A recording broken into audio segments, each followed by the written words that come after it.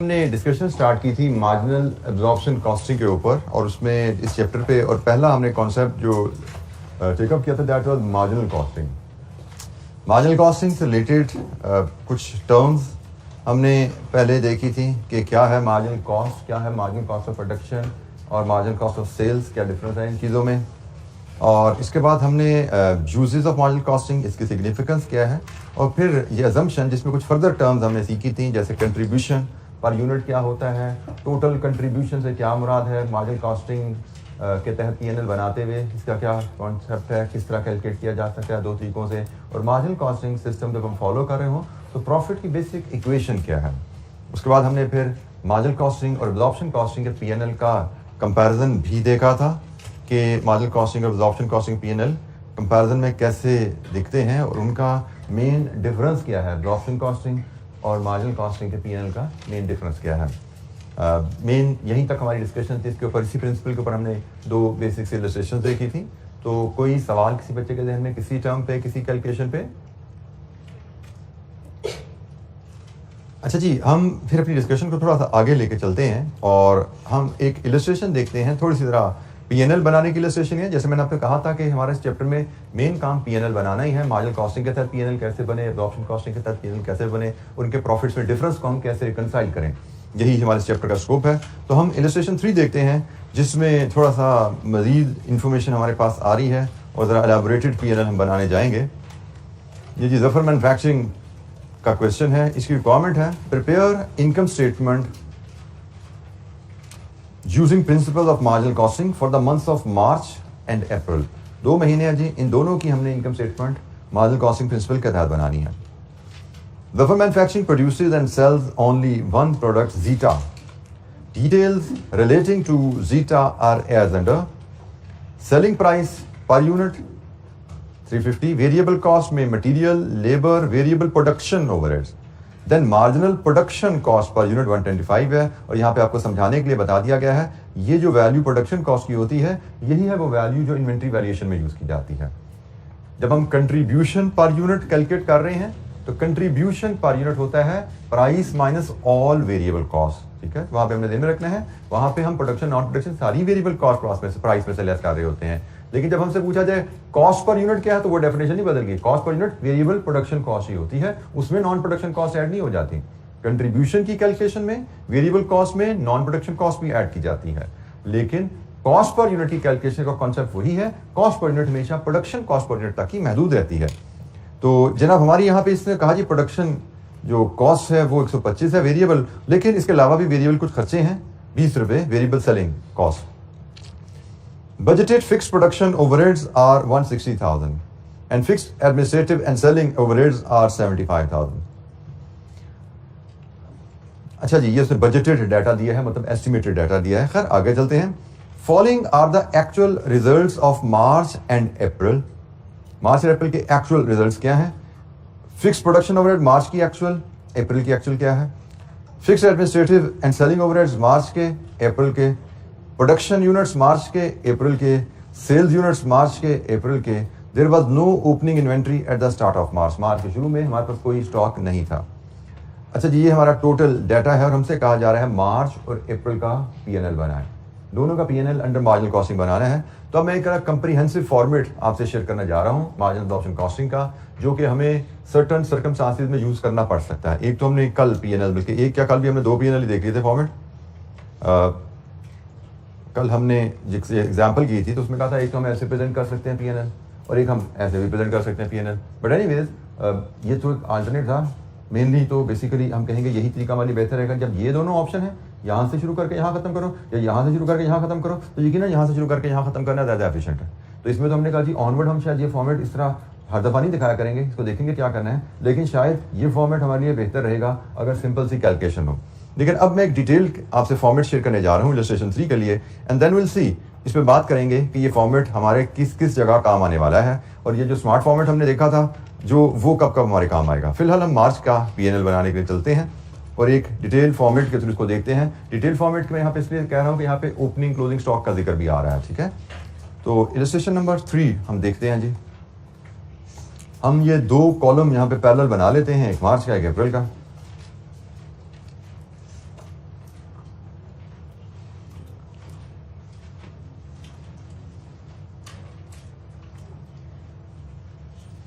हमारा फॉर्मेट रहेगा जी, हम पहले लेंगे सेल्स, फिर इसमें से हम लेस करते हैं वेरिएबल कॉस्ट ऑफ सेल्स ताकि हमारे पास कंट्रीब्यूशन आ सके। अब वेरिएबल कॉस्ट ऑफ सेल्स की कैलकुलेशन हमें करनी है। मैं फिलहाल एक, जैसे मैंने कहा, एक डिटेल कंप्रिहेंसिव फॉर्मेट बना रहा हूं, फिर देखते हैं हम इसको कैसे कब यूज करना चाहिए। Opening stock, add variable production cost less closing stock. जब ये तीन वैल्यूज आप एडजस्ट कर लेते हैं तो आपको यहां पे इन तीन वैल्यूज के नतीजे में जो वैल्यू मिलती है that is called variable production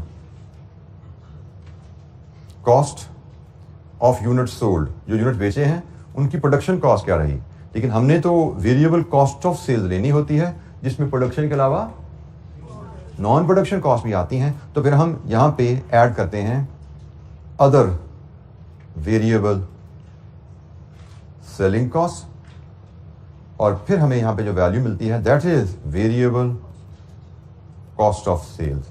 जब हमारे पास सेल्स की फिगर आ जाएगी, हमारे पास वेरिएबल कॉस्ट ऑफ सेल्स की फिगर आ जाएगी, तो हम A minus B total sales minus total variable cost of sales करके टोटल कंट्रीब्यूशन ले लेंगे और फिर टोटल कंट्रीब्यूशन में से हम लेस करेंगे फिक्स कॉस्ट। और फिक्स कॉस्ट हमें यहां पे दी हुई हैं दो, एक प्रोडक्शन और दूसरी एडमिन, ठीक है जी। और then we will arrive at the net profit. Concept वही है जो हमने कल फॉर्मेट पे बनाते हुए सीखा था, बस थोड़ा सा मैंने इसको एलैबोरेट कर दिया क्योंकि यहाँ पे ओपनिंग क्लोजिंग स्टॉक का कोई जिक्र आ गया था, तो मैंने कहा हम इसको फिर इस हिसाब से एलैबोरेट कर देते हैं। चीज़ें वही हैं, अगर आप समझिए इसको तो हमने sales less variable cost of sales contribution less fix cost profit, वही इक्वेशन है प्रॉफिट की जो बेसिक से सीखी थी, लेकिन थोड़ा सा एलैबोरेटेड वे में इसको यहाँ पे प्रेजेंट किया जी। एनी क्वेश्चन, कोई सवाल? चलिए मार्च का पीएनएल बनाते हैं, फिर मजीद देखते हैं कोई आपके ध्यान में क्वेश्चन आता है। तो मार्च में हमने कितने यूनिट्स बेचे? 2500 units sold and what was the price? 350। Revenue कितना बना जी? 875,000। मार्च में हमारे पास ओपनिंग स्टॉक नहीं था। मार्च में हमने प्रोडक्शन कितने यूनिट्स की? मार्च में प्रोडक्शन 3500 यूनिट्स की और वेरिएबल प्रोडक्शन कॉस्ट कितनी थी? 125। Variable production cost per unit, ऐसा ही है जी? कितनी वैल्यू बनी? 437,500। हमारे पास क्या कोई क्लोजिंग स्टॉक बचा? Answer is yes. हमने 3500 यूनिट्स बनाए थे, 2500 बेच दिए, 1000 हमारे पास क्लोजिंग स्टॉक में बचे हैं और मार्जिनल कॉस्टिंग में क्लोजिंग स्टॉक की वैल्यू वेरिएबल प्रोडक्शन कॉस्ट पे रखी जाती है। इसका मतलब हमारे पास जो स्टॉक बचा है 1000, इनकी कॉस्ट, इनकी वैल्यू हम पीएनएल के लिए 125 रुपए पे करते हैं। तो ये जनाब 1,25,000 है। यहां से हम देखते हैं variable production cost of unit sold कितनी है? 3,12,500 जी। Any question? यहां तक कोई सवाल से बचेगा दिन में? ओपनिंग स्टॉक उसने कहा जी मार्च के शुरू में 0 था, हम मार्च का पीएनएल भी बना रहे हैं। मार्च में हम 3500 यूनिट्स बनाए हैं और प्रोडक्शन कॉस्ट उनकी 125 रुपए पर यूनिट है और हमारे पास मार्च के एंड पे 1000 यूनिट्स क्लोजिंग स्टॉक में पड़े हुए हैं और क्लोजिंग स्टॉक की वैल्यू हम वेरिएबल प्रोडक्शन कॉस्ट पे करते हैं जी। एनी क्वेश्चन, कोई सवाल?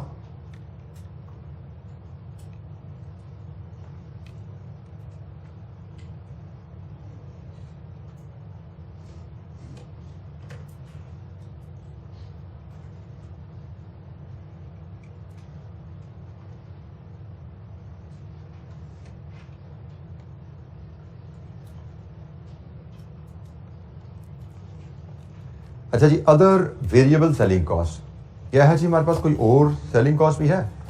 Answer is yes. हमारे पास वेरिएबल सेलिंग कॉस्ट है। क्या रेट है उसका? 20 पर यूनिट। तो यहाँ पे आपने समझनी है, चूंकि ये सेलिंग कॉस्ट है तो ये यूनिट सोल्ड पे यकीनन इनकर होगी। तो हमारे जो यूनिट सोल्ड हैं वो 2500 हैं। 2500 इंटू 20, 50,000। ये भी जनाब हम यहाँ पे ऐड कर देंगे तो हमारी total variable cost of sale 362,500। लीजिए जी, अब यहाँ से आप कंट्रीब्यूशन बता सकते हैं A minus B, total sales minus variable cost of sales कितना जी 512,500। कंट्रीब्यूशन मार्च के महीने का क्या रहेगा 512,500। Any question? इसके बाद हम मार्च का पीएनएल बना रहे हैं, तो मार्च के पीएनएल में हम मार्च के एक्चुअल जो कॉस्ट हैं, फिक्स कॉस्ट है, उनको लेस करेंगे। तो मार्च की एक्चुअल प्रोडक्शन कॉस्ट 150,000 है और एडमिन एंड सेलिंग कॉस्ट 78,000 है। ये दोनों कॉस्ट यहां से लेस करें तो हमें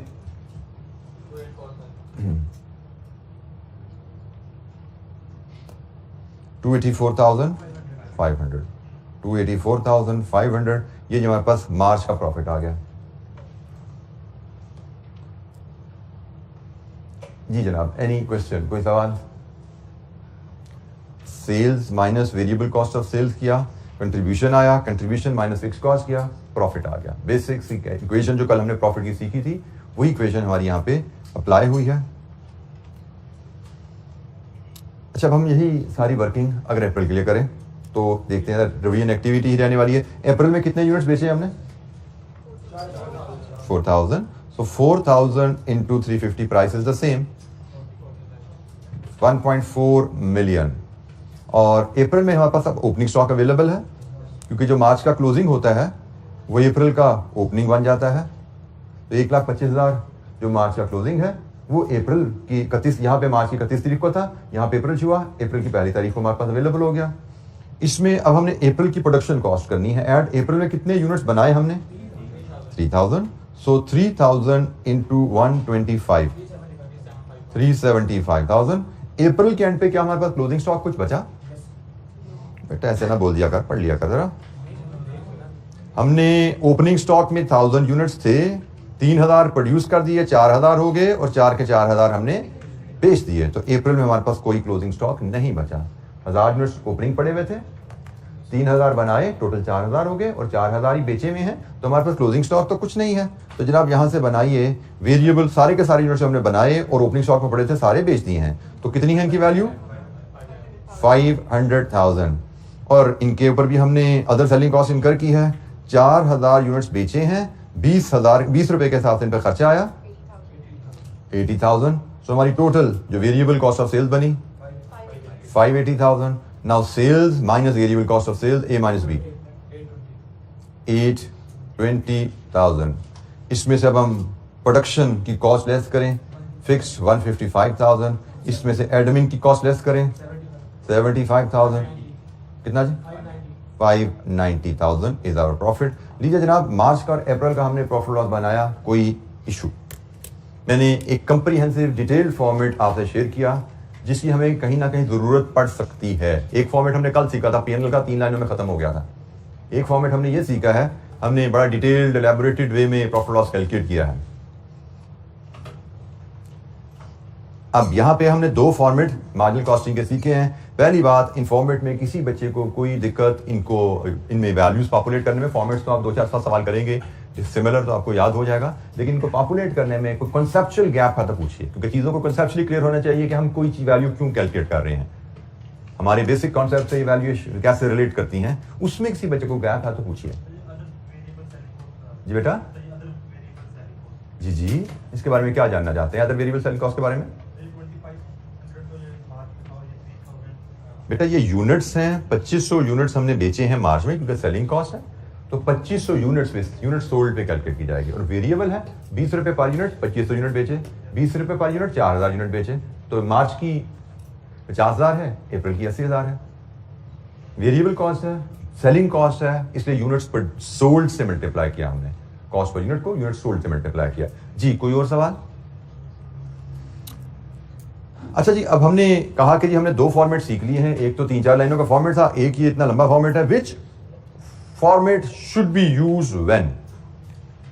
तो हम सिर्फ एक रूल समझ लेते हैं, स्मार्ट फॉर्मेट चूंकि जरा आसान है, उसको हमें कब यूज करना है वो सीख लें, तो जब वो यूज हो सकता है तो हमारी प्रेफरेंस वही रहेगी कि भाई ये तो स्मार्ट फॉर्मेट है, उसी को यूज करेंगे, और जब वो यूज नहीं हो सकता फिर हम इस मैथड की तरफ रिवर्ट करेंगे। तो स्मार्ट फॉर्मेट कब यूज होता है? व्हेन स्मार्ट फॉर्मेट जो शॉर्ट फॉर्मेट का सीखा था वो कब यूज होगा? When either there is no opening stock या ओपनिंग स्टॉक ना हो आपके पास, जैसे मार्च के महीने में। मार्च के महीने में तो ओपनिंग स्टॉक नहीं ना आपके पास, तो इसका मतलब मार्च के महीने में स्मार्ट फॉर्मेट यूज किया जा सकता है। ठीक हो गया जी। हमने आल्दो एक डिटेल फॉर्मेट सीख लिया है, लेकिन अब हम कह रहे हैं कि भैया हम वहां पे अगर टाइम बचा सकते हैं तो क्यों नहीं, पता तो करें। तो हमने कहा जी हम हर मार्जिनल कॉस्टिंग का पीएनएल में स्मार्ट फॉर्मेट यूज कर सकेंगे जहां पे ओपनिंग स्टॉक एग्जिस्ट नहीं करता। फॉर्मेट हमने सीख लिया, लेकिन अब हम कह रहे हैं भाई मार्च को हम स्मार्ट फॉर्मेट से भी मैनेज कर सकते हैं क्योंकि मार्च में ओपनिंग स्टॉक एग्जिस्ट नहीं करता। दूसरा, अगर ओपनिंग स्टॉक है तो if it exist then cost per unit of opening stock and current period production is the same. Opening stock की कॉस्ट पर यूनिट और करंट पीरियड की कॉस्ट पर यूनिट, अगर ओपनिंग स्टॉक एग्जिस्ट करता है जैसे अप्रैल में, तो अप्रैल में ओपनिंग स्टॉक एग्जिस्ट तो करता है, लेकिन ओपनिंग स्टॉक की कॉस्ट पर यूनिट क्या है? ओपनिंग स्टॉक की कॉस्ट पर यूनिट 125, ऐसा ही है जी। ये मार्च का स्टॉक है ना जो अप्रैल में ट्रांसफर हुआ है, तो इसकी कॉस्ट 125 है, तो ओपनिंग स्टॉक की कॉस्ट पर यूनिट अप्रैल में 125 है। पहले मार्च की बात दोबारा सुन लो। मार्च में ओपनिंग स्टॉक नहीं है, इसका मतलब हम स्मार्ट फॉर्मेट भी यहां पे यूज कर सकते हैं। लॉन्ग फॉर्मेट से पीएनएल निकाला हमने, लेकिन स्मार्ट फॉर्मेट भी यूज कर सकते हैं। अब हम अप्रैल की बात कर रहे हैं।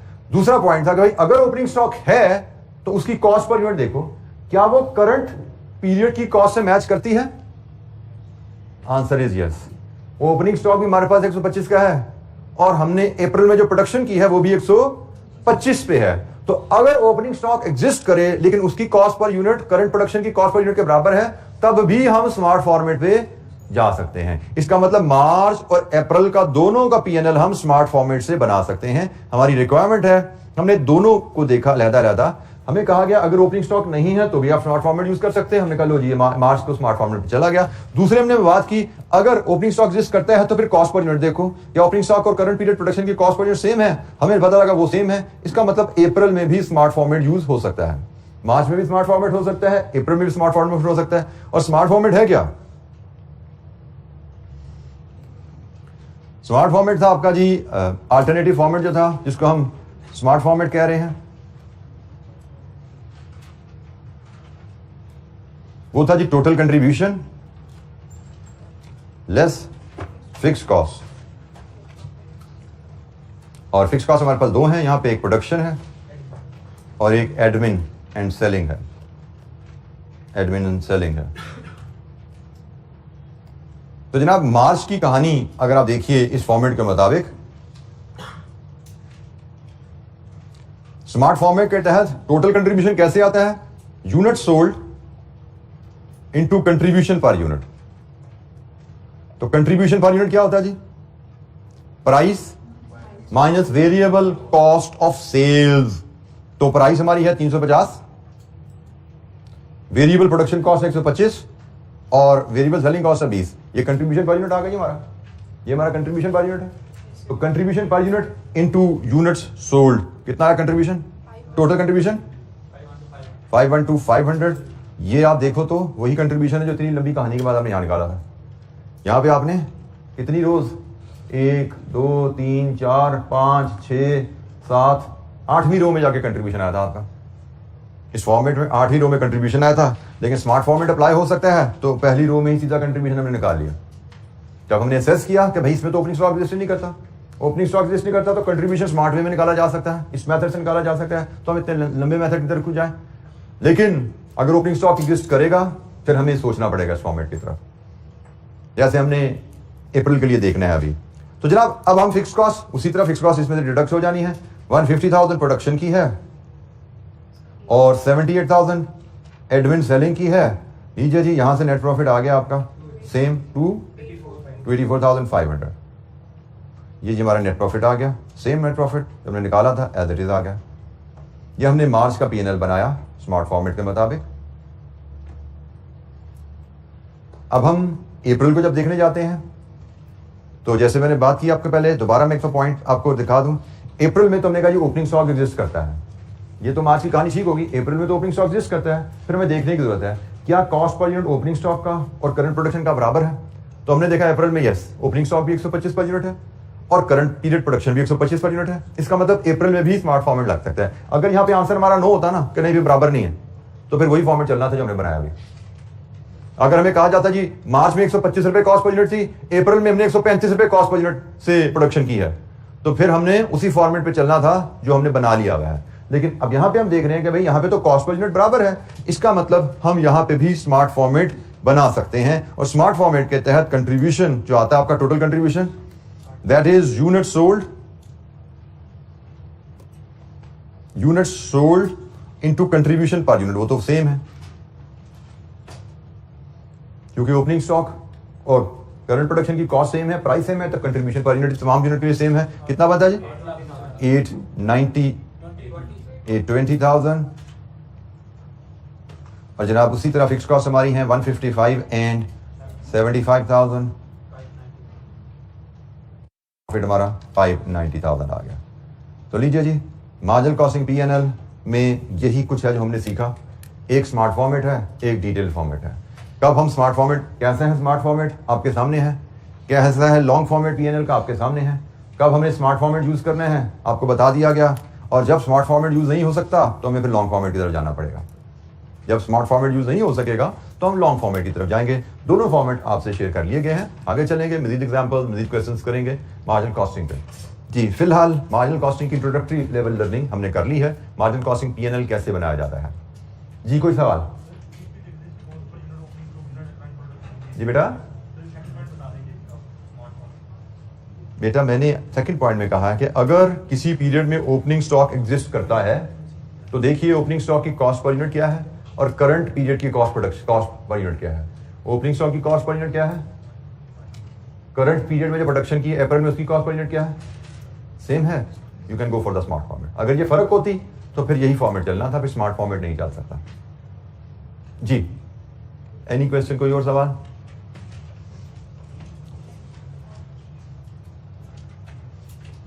रीजन भी समझ लो, अगर थोड़ा सा दिमाग इस्तेमाल करने की हमें आदत पड़ जाए तो अच्छी बात है। जब मैं स्मार्ट फॉर्मेट पे जा रहा हूं, मैं अज्यूम क्या कर रहा हूं कि मैंने 4 के 4,000 यूनिट जो बेचे हैं उन सब पे कंट्रीब्यूशन सेम है, ये अज्यूम किया ना इस कैलकुलेशन में। लेकिन अगर मेरी ओपनिंग स्टॉक की कॉस्ट पर यूनिट कुछ और हो और करंट पीरियड की कॉस्ट पर यूनिट कुछ और हो, तो क्या 4,000 के 4,000 यूनिट का कंट्रीब्यूशन पर यूनिट सेम होगा? कंट्रीब्यूशन पर यूनिट सेम नहीं होता, ठीक है जी। तो दैट्स व्हाई हमने इसको आल्टर किया। हमने कहा जी लॉन्ग फॉर्मेट पे जाना बेहतर है। इवन यहाँ पे बात नहीं आई, लेकिन अगर ये कॉस्ट पर यूनिट बिल्कुल बदल जाती है तो हमारा कंट्रीब्यूशन बदल जाता है, तो हम फिर स्ट्रेट वे शॉर्ट फॉर्मेट से नहीं चल पाते। उसके आगे फिर और फैक्टर्स आ जाते हैं जिनको हम आगे चल के डिस्कस करेंगे। फिलहाल हमने इतना ही याद रखना है कि भाई अगर ओपनिंग स्टॉक की कॉस्ट पर यूनिट और करंट प्रोडक्शन की कॉस्ट पर यूनिट डिफरेंट है तो लॉन्ग फॉर्मेट, अगर ओपनिंग स्टॉक की कॉस्ट पर यूनिट और करंट पीरियड की कॉस्ट पर यूनिट सेम है तो स्मार्ट फॉर्मेट, और ओपनिंग स्टॉक एग्जिस्ट नहीं करता तो भी स्मार्ट फॉर्मेट, तो भी कोई इशू नहीं है। तब तो सारी जो सेल्स है वो करंट प्रोडक्शन से ही है ना। जी कोई सवाल? अच्छा जी, अब हम जरा एब्जॉर्प्शन कॉस्टिंग की तरफ चलते हैं, और एब्जॉर्प्शन कॉस्टिंग का P&L हम कॉस्ट अकाउंटिंग में कैसे प्रेजेंट करते हैं। एब्जॉर्प्शन कॉस्टिंग का P&L हम कॉस्ट अकाउंटिंग में कैसे प्रेजेंट करते हैं, इस पे हम बात करेंगे।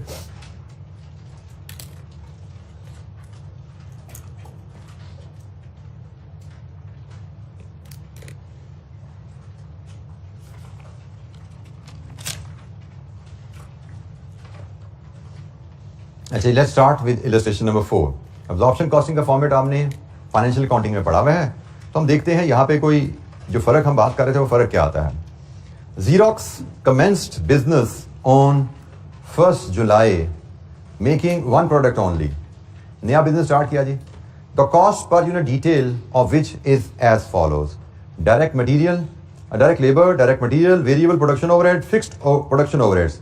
अब यहाँ पे एक पॉइंट नोट कर लीजिएगा, जब भी कॉस्ट पर यूनिट आपको दी जाती है इसका मतलब क्या है, जब भी fixed overhead cost per unit दी जाएगी इसका मतलब ये ओवरहेड एब्जॉर्प्शन रेट है, क्योंकि फिक्स्ड कॉस्ट कभी भी पर यूनिट इनकर नहीं होती, ठीक है। जब भी आपको कॉस्ट अकाउंटिंग में fixed overhead cost per unit दी जाती है, इट इज अंडरस्टूड ये ओवरहेड एब्जॉर्प्शन रेट है, ठीक है। ये ओवरहेड एब्जॉर्प्शन रेट है 7 रुपीज पर यूनिट, क्योंकि फिक्स्ड ओवरहेड कभी भी पर यूनिट इनकर नहीं होते। फिक्स्ड ओवरहेड तो per month per annum cost होती है ना, सेल रेंट है तो पर मंथ है, डेप्रिसिएशन है तो पर एनम है। अच्छा जी, फिर full production cost per unit 30 है, full production cost per unit 30 है। इसके आगे चलते हैं जी। Fixed production overhead figure has been calculated on the base of budgeted normal output of 40,000 units. उसे बता भी दिया कि आपने ये जो फिक्स्ड ओवरहेड निकाली है ये कैसे निकाली है, आपने 40,000 यूनिट से टोटल ओवरहेड को डिवाइड करके निकाली है। The fixed production overhead incurred in जुलाई के महीने में फिक्स्ड ओवरहेड 25,000 हुए थे।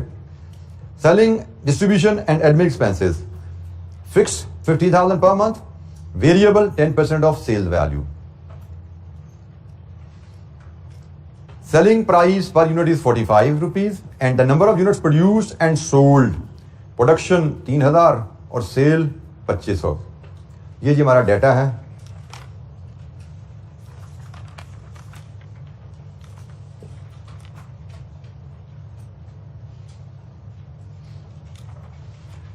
अच्छा जी, हमसे कहा गया है पीएनएल बनाइए, तो अब हम पीएनएल बनाने चलते हैं एब्जॉर्प्शन कॉस्टिंग के तहत। जैसे हमने बनाना सीखा हुआ है फाइनेंशियल अकाउंटिंग में, पहले हम उसी असूल के तहत चलते हैं और फिर देखते हैं कॉस्ट अकाउंटिंग के लिए कोई एडजस्टमेंट रिक्वायर्ड है तो वो क्या है।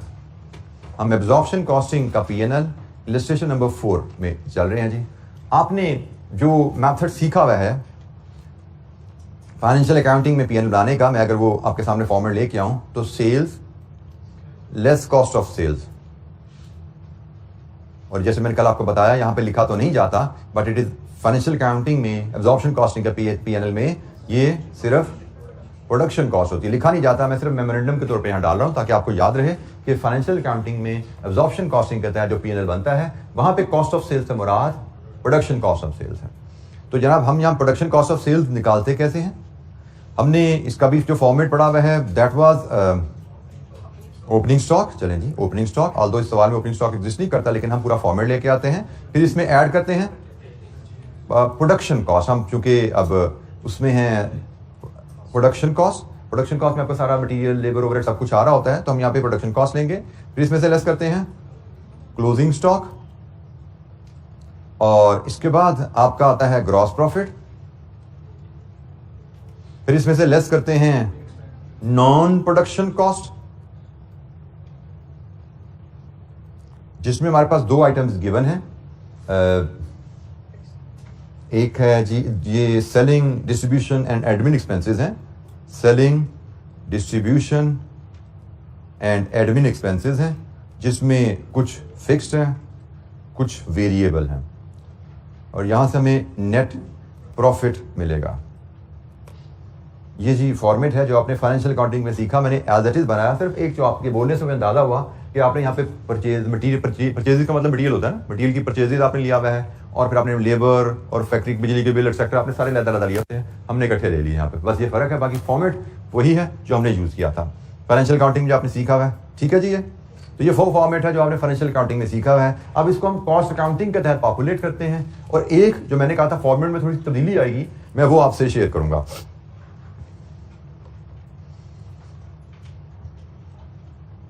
सेल्स सबसे पहले लाए जी, कितने यूनिट्स बेचे आपने, 2500 यूनिट्स बेचे, किस प्राइस पे बेचे, 45 पे बेचे, कितना रेवेन्यू, 112,500, ये जी रेवेन्यू आ गया। ओपनिंग स्टॉक हमारे पास 0 है जी, ओपनिंग स्टॉक हमारे पास 0 है। प्रोडक्शन कॉस्ट की जब हम बात करते हैं तो आपको याद होना चाहिए प्रोडक्शन कॉस्ट हम कॉस्ट अकाउंटिंग में कैसे कैलकुलेट करते हैं, आपको बताया गया था चलिए मैं इसकी वर्किंग के थ्रू अगर मैं एलैबोरेट करूं, हमें प्रोडक्शन कॉस्ट की डिटेल दी गई है। हमने वहां पे डिस्कस किया था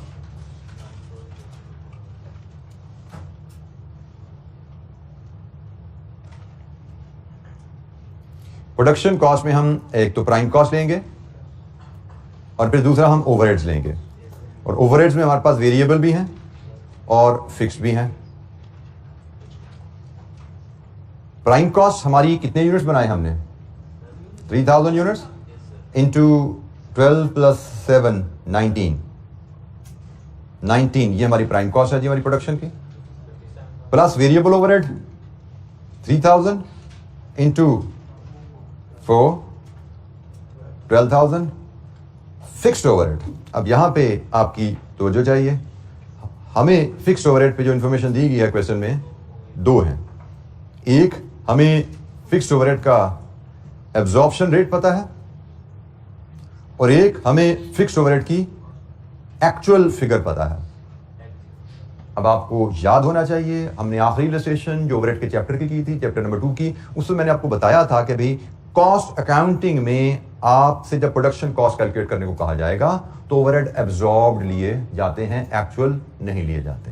तो हमारे पास ओवरहेड एब्जॉर्प्शन रेट है 7, तो यहां पे हमने भाई 3000 इंटू 7 21,000 ऐड करने हैं।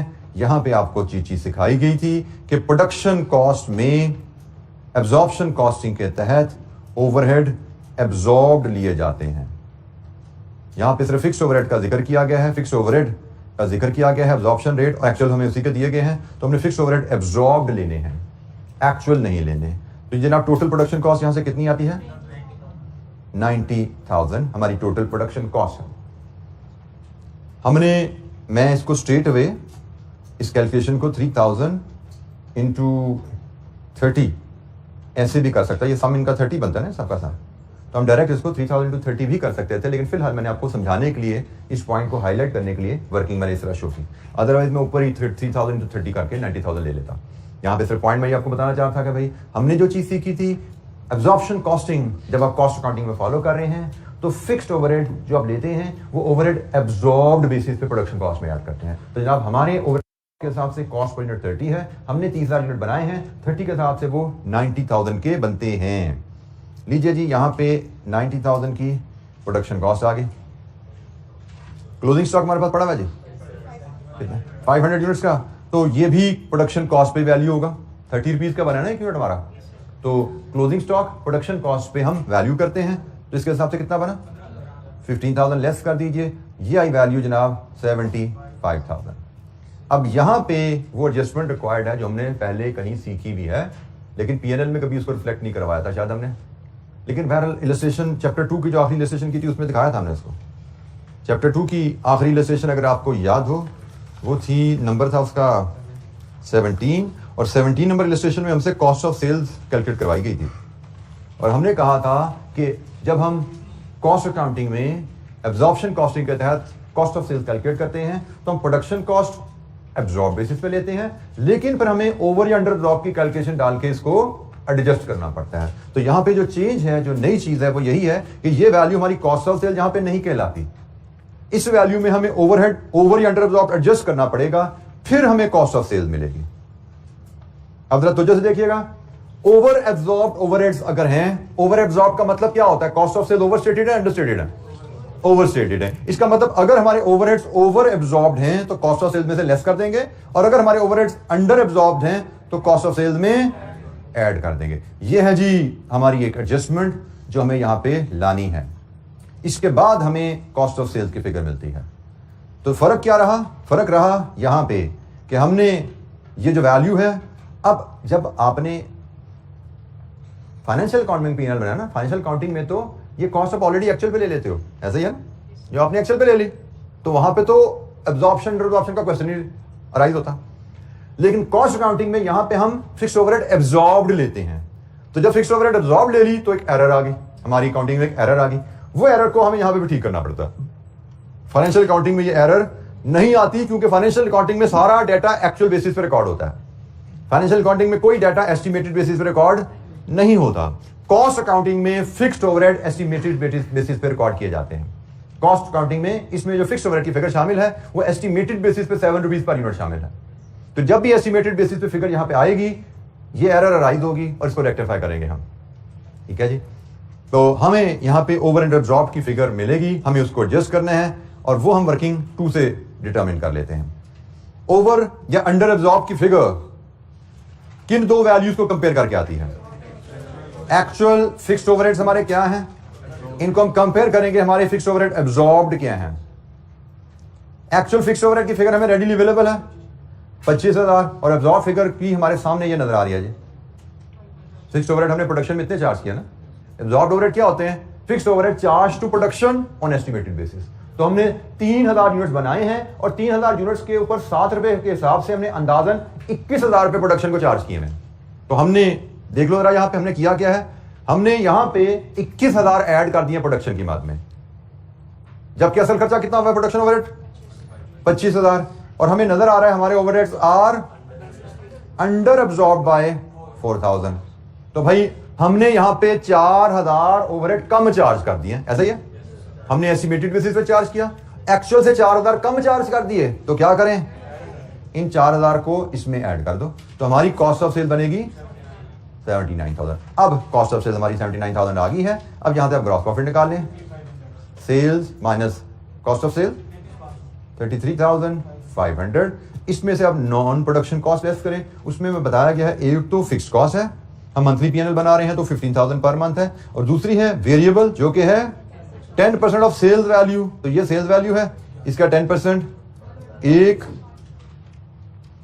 1,12,500 का 10%, यहीं पे वर्किंग शो कर देंगे 11,250। लीजिए जी, now you have the profit, gross profit minus non production cost, net profit 7250।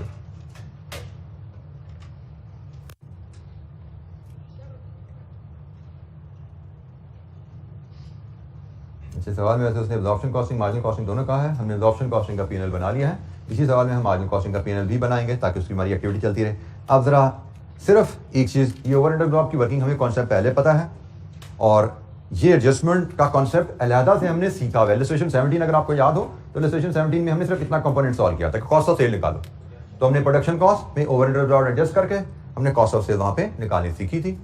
तो ये कंपोनेंट हम ऑलरेडी ट्रीट कर चुके हैं। अकाउंटिंग एंट्रीज भी हम सीखते आए हैं, ओवर एब्जॉर्ब की एंट्री क्या है, अंडर एब्जॉर्ब की एंट्री क्या है। अंडर एब्जॉर्ब हमने सीखा था कॉस्ट ऑफ सेल्स को डेबिट किया जाता है, कॉस्ट है, कॉस्ट में जब डेबिट करते हो तो ऐड होती हैं चीजें।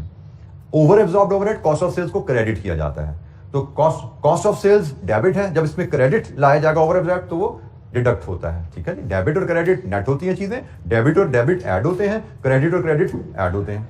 तो हमें जब कहा कि जी ओवर एब्जॉर्ब की एडजस्टमेंट क्या है, कि आप ओवर एब्जॉर्ब का मतलब कॉस्ट ऑफ सेल्स को क्रेडिट करो, मतलब कॉस्ट ऑफ सेल्स में से लेस करते हैं ओवर एब्जॉर्ब। अंडर एब्जॉर्ब का मतलब क्या है कि कॉस्ट ऑफ सेल्स में कम खर्चा चार्ज हुआ है, इसको मजीद खर्चा चार्ज करो, उसको डेबिट करो, तो डेबिट में डेबिट ऐड हुआ जी। Any question?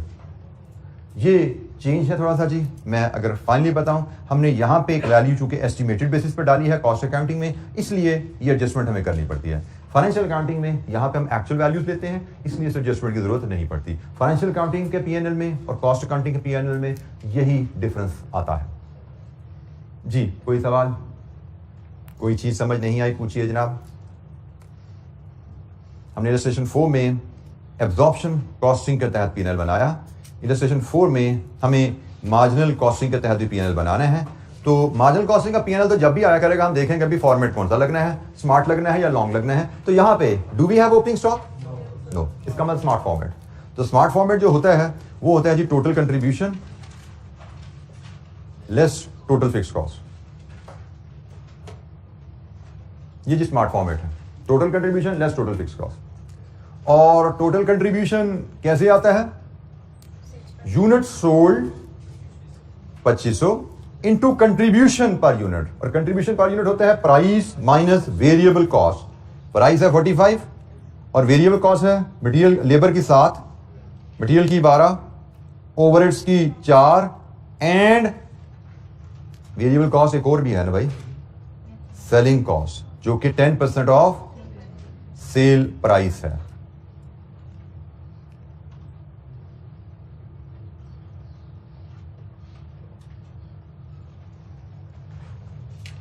Price minus labour minus material minus variable overhead minus selling cost, ये हमारा कंट्रीब्यूशन पर यूनिट हो गया। Contribution per unit into unit sold, तो कितना आया total contribution? 43750। 45 is your price बेटा, it is price per unit जी जनाब। Any question? पेज 71 की टॉप पे पहला जुमला उस पे नजर आ रहा है प्राइस पर यूनिट, और ये प्राइस पर यूनिट हमने यहां पे भी इस्तेमाल किया है, उस वक्त किधर थे भाई जी? एनी क्वेश्चन, कोई सवाल?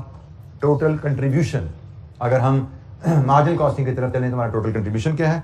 इसमें से टोटल फिक्स कॉस्ट लेस करनी है, तो फिक्स कॉस्ट हमारे पास दो हैं, एक प्रोडक्शन है और एक सेलिंग एंड एडमिन है, selling admin distribution whatever it is. तो प्रोडक्शन कितनी है?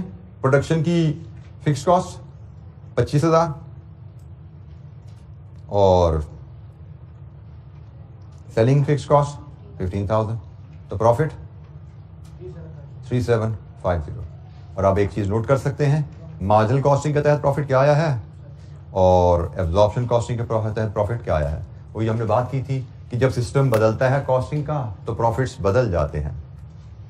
क्यों बदलते हैं, डिफरेंस की वजह क्या है, रिकनसाइल कैसे करना है, इस पर भी बात करेंगे हम। लेकिन फिलहाल हमने एब्जॉर्प्शन कॉस्टिंग का फॉर्मेट सीखा और मार्जिनल कॉस्टिंग के फॉर्मेट की भी रिवीजन हमारी थोड़ी सी हुई। मार्जिनल कॉस्टिंग में हमारे पास दो फॉर्मेट हैं, एक डिटेल फॉर्मेट है, एक स्मार्ट फॉर्मेट है। हम सवाल के डाटा के लिहाज से चूज करेंगे। बाय द वे, अगर आप हर सवाल पे लॉन्ग फॉर्मेट लगाना चाहो तो लग जाएगा, लेकिन इनएफिशिएंसी टाइम लगेगा, 2 मिनट की जगह 5 मिनट लग जाया करेंगे। तो हमें क्या जरूरत है, अगर हम छोटे से 2 लाइनर एक असूल याद रख लें तो इन केस क्वेश्चन हमें आए हम अपना टाइम सेव कर सकते हैं, तो क्यों ना करें। तो इसलिए हम मार्जिनल कॉस्टिंग के 2 ही फॉर्मेट लेके चलेंगे। एब्जॉर्प्शन कॉस्टिंग का फॉर्मेट एक ही है जो आपसे ये शेयर कर लिया, ठीक है जी। ये फॉर्मेट यही रहेगा, इसमें हम कोई चेंज नहीं हम लाएंगे। एब्जॉर्प्शन कॉस्टिंग के सारे सवाल इसी फॉर्मेट में हुआ करेंगे। ये एक मैंडेटरी एडजस्टमेंट है, ये बस ध्यान में रखना है। कभी प्रोडक्शन कॉस्ट जब भी हमने यहाँ पे लेनी है उसमें फिक्स्ड ओवरहेड एब्जॉर्ब बेसिस पे लिए जाते हैं और ओवरहेड एब्जॉर्ब की किस कहानी हम अलग से दिखाते हैं। ये एक वाहिद डिफरेंस है जो आपने फाइनेंशियल अकाउंटिंग में पीएनएल सीखा उसके मुकाबले में यहाँ पे नजर आएगा। एनी क्वेश्चन, कोई सवाल जी? अच्छा जी, आज के लिए इतना ही। कल हम मजीद इलस्ट्रेशंस एब्जॉर्प्शन कॉस्टिंग की करेंगे और कल हम रिकन्सिलिएशन की बात भी कर रहे होंगे। ये जो प्रॉफिट्स में डिफरेंस आ गया इसकी वजह क्या है और इसकी रिकन्सिलिएशन कैसे बनाई जाती है। हमें एग्जाम में क्वेश्चन पीएनएल बनाने को भी आता है और रिकन्सिलिएशन बनाने को भी आता है। पास पेपर क्वेश्चंस की भी बारी आएगी इंशाअल्लाह। नेक्स्ट वीक हम इस चैप्टर को कंक्लूड कर रहे होंगे विद इन 2-3 डेज इंशाअल्लाह, ठीक है। तो आज के लिए इतना ही। Thank you very much. अस्सलाम वालेकुम।